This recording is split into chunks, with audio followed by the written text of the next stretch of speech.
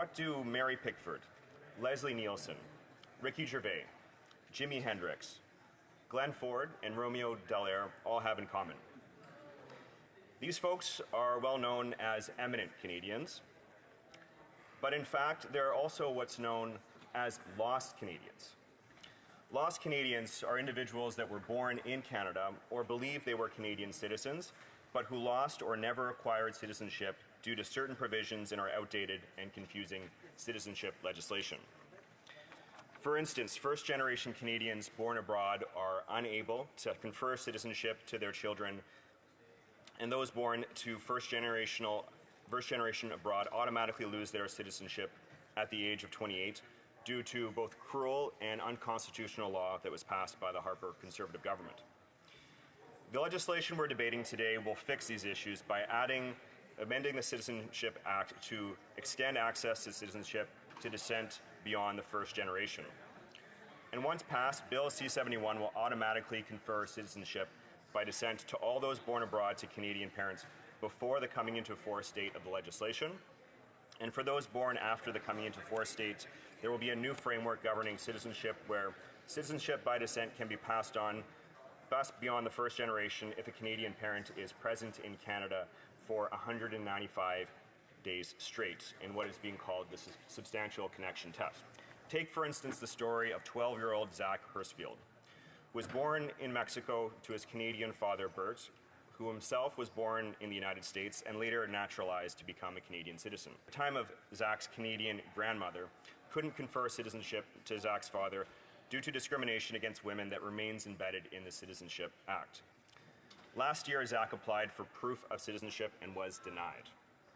As a naturalized Canadian, Bert was deemed to be born in Canada and thus could confer citizenship to his son, but this was later rescinded by the Conservative Bill C-37 when it became law. Under C-37, Conservatives took away the right for Canadians born abroad to pass on citizenship to their children. So this law not only separated families, it created an undemocratic, tiered system of citizenship and a new class of Canadians.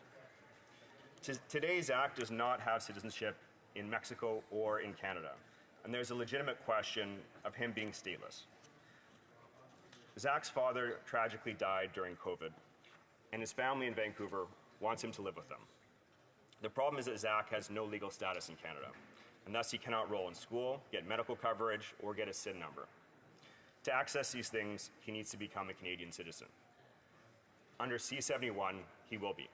While this bill is a step in the right direction, there is more work that needs to be done to ensure citizenship remains protected. But we know that not all parties in this House share this view.